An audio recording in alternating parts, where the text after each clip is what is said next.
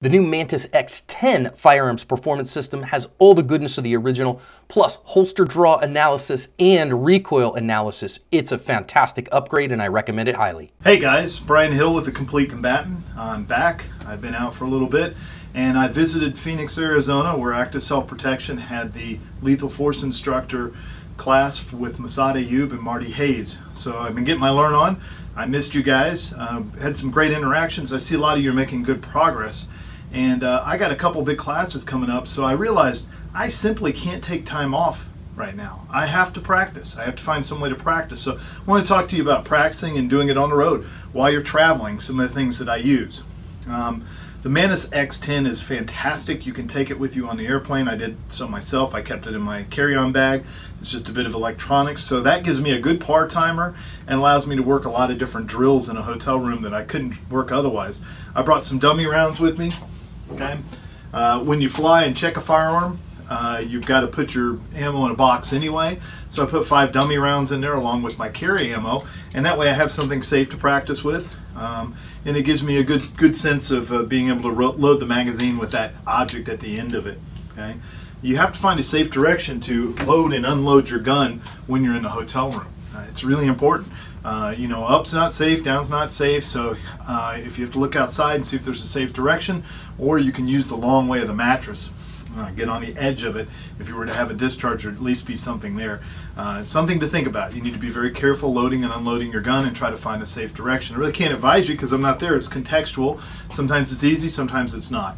So try to find a safe direction if you're going to practice. Now, it was really important for me in my upcoming classes. I'm taking Scott Jelinski's instructor program, and we're hosting him, and then I've got Gabe White's turbo pen standards coming up. And the one thing that's been holding me back is my draw. And I had accepted somewhere in my life that I was simply slow and I couldn't do it. And it kind of made me angry. I got to tell you the truth. It gave me a little emotional context, and I got kind of fired up about it. And I started listening to myself as if I was my own student. And the excuses I threw out were very strange. I was too old, I was too slow, I'm different than everybody else, my arms are too long. I'm sure you've heard some of those statements in your own head. I guess we all have, right? So I decided I'm just not going to accept that anymore. I'm just going to accept myself as being fast, and that my arms are going to move just an acceptable amount, and then I'm able to do this. What I've realized in dry practice, the scores are not quite like live fire sometimes. There seems to be about 1/10 or 2/10 difference. So I really wanted to get into the .7s with my draw. Scott standards are really hard. You got to shoot a 2-second bill drill from concealment. That's a pretty tough standard. There's several others that you have to do. So I knew if I didn't get an under 1 second draw on that, there's just no way to do the splits and get 6 shots off in 2 seconds. So I'm going to work that draw. I'm going to work it really hard. And once I accepted this, I began to throw away things that weren't working for me. And I realized that I wasn't paying attention to my own advice. Yes, I too am a hypocrite sometimes. So I wanted to share with you some of the changes and what I was able to affect on the road. I was in Phoenix for 8 days, and it was a great time. And as you know, when you travel, got a 10-hour class, you got meals, you got showers. There's very little downtime for you outside of sleeping. You only get a couple hours a day to do what you want. For me, it was always working out, doing some dry fire, and then doing homework. That's the type of guy I am. Exciting at my age, I know. And what I was able to do with the Mantis was I was able to drop my scores significantly. Now, occasionally you get low scores, which tend to be about 20%. Then you get your average scores, which tend to be about 60%. And then you'll have a fumble, which tends to be another 20%. So I started getting low scores in the 7s. All my other scores were in the 8s. And then my high scores, even when I fumbled, would be right around 1 second, which was really sufficient for me. So I'm going to do a couple draws for you here. I've set up the Mantis. We'll do it on camera and see how it works. But the object is for me to work in speed mode. This is not how I'm going to perform. This is to teach my body to go fast. I've got to go fast. You want to be a fast sprinter, you can't run slow sprints. You have to run as fast as you can. And we have to teach the nervous system that we require that sort of speed. I'm going to kind of walk you through some of the things that I use right now to do that.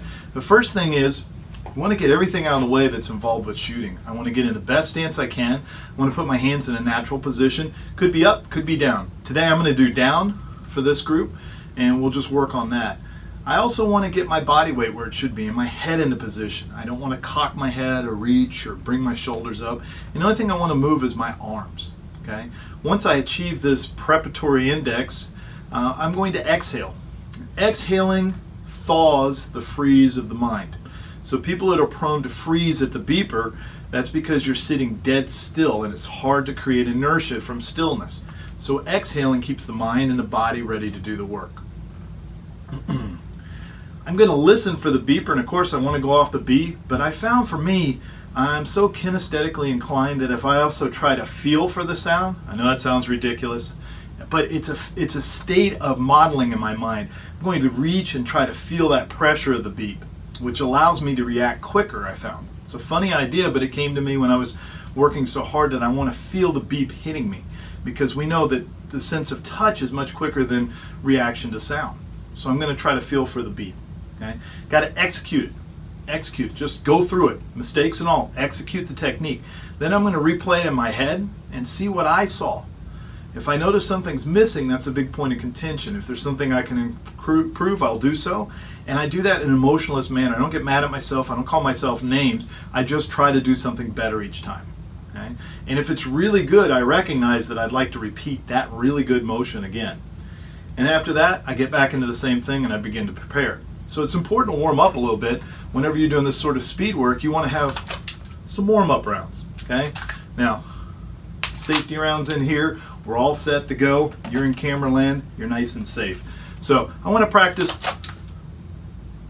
Everything came right out. And you notice I'm pausing right afterwards because I want to turn the speed off. I don't want to reholster with speed.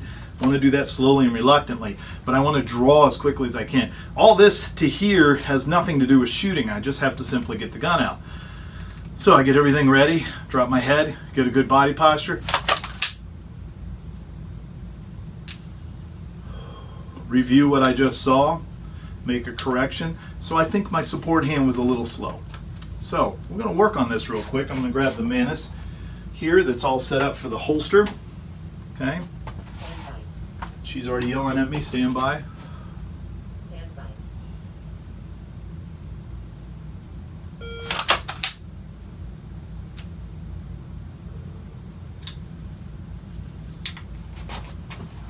So that's 0.85. 0.85 with the trigger press. Okay? I'm going to listen and feel a little bit more and get steady.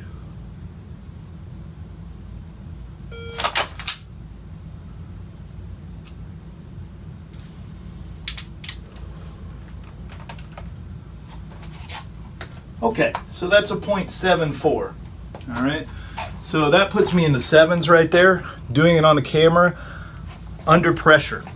Okay, I was able to get a 0.74 by simply holding myself still, holding myself in relaxation. Now, when the shot broke, I saw the red dot right on the camera. It was bouncing just a little bit, so it probably pushed out a little too quick, but it's still good practice. So while doing this sort of practice on the road, what I was able to do was change my scores tremendously. Okay, and I thought that was really cool. I thought I'd share it with you guys, but I got 0.87, 0.77, 7.1, 7.7, 7.7, a lot in the sevens right there. That's probably not what I'm going to do under pressure. It's probably going to be closer to 9. Okay? But now I'm getting a little bit of breathing room, and that's what speed training does. It gives you breathing room to be able to perform at a higher level. I need a sub-second draw, so I'm really, really pushing the speed. I think I'm capable of breaking into the 6s if I keep working at it, but that won't be my all the time. That'll be a 20%. But if I can move the 7s into my 80% or my 60%, boy, is that going to be a nice buffer, because then I can take 0.2 to aim a little bit more, really see my sight. Now I got to tell you, I've never had a hard time finding the dot or being accurate while doing these drills because I have an abundance of accuracy. But also my self-image said I didn't believe that I was fast. You have got to start changing your self-image. Whatever you believe yourself to be, that's what you are. And if you don't think you're capable of it, you think the rest of us are special, then you're holding yourself back. Simply don't hold yourself back. Really try to do that. Let's go over the steps again. So, visualize. You're putting the input from your point of view of what you'd like to see happen in front of you. Once you visualize, create the preparatory index, get everything in position. Okay? and stand still, but exhale. I breathe to freeze the thaw so my body's ready to move in that motion. Okay? I'm going to listen and reach and feel for the buzzer. Okay? I can't see it go off, I can't taste it, I can't smell it, but I can listen and I can try to feel. There's pressure on my eardrum. I know that's kind of woo-woo, I get it, but it works for me, it might work for you. It's worth a try. Okay? And I'm going to execute. After I execute, I'm going to stay there for a second and review what I saw. If there's an absence, a blank spot, or something rough, I'm going to correct that as quickly as I can without emotion, and I'm going to go back to visualization. So I've gotten this cycle going where I can just practice. Now, how long can you practice sprints? Not forever. All right, but if you practice well and you get yourself in position, visualize what you want to happen, exhale, preparatory index, you too can have a draw that looks just like that. Okay, nice and easy. I'm going to do it sideways once so you guys can see it too. Remember, this is speed mode, so there'll be some problems. I'm pushing at the edge of failure. Okay?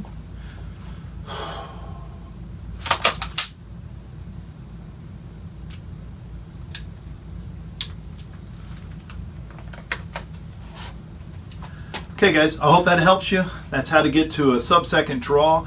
You got to get really efficient. You got to get rid of everything that doesn't matter. You got to change your self-image or else you'll never believe that you can get there. I'm glad to do these active self-protection extras. John's considering me now a part of the staff, and I'm really honored to be here with you guys. And it's been a joy to interact with you all. If there's anything I can do to help, please let me know. We're always here. We're always available for you if we can help you out in some way. And I want to see you grow. And when you get a big success, like I did with that, I want you to share it with somebody. It's important. Make a public declaration that I was able to do this. Fix it in your memory. It's not so much bragging at that point. We're celebrating success instead of failure. Many people celebrate their failures over and over. I just can't do that. God, did you see how bad I did? Stop doing that. Imagine yourself able to do these things. Do the practice, create the self-image, and you too will be able to have a draw like that. Thanks everybody. Be safe and have a great time.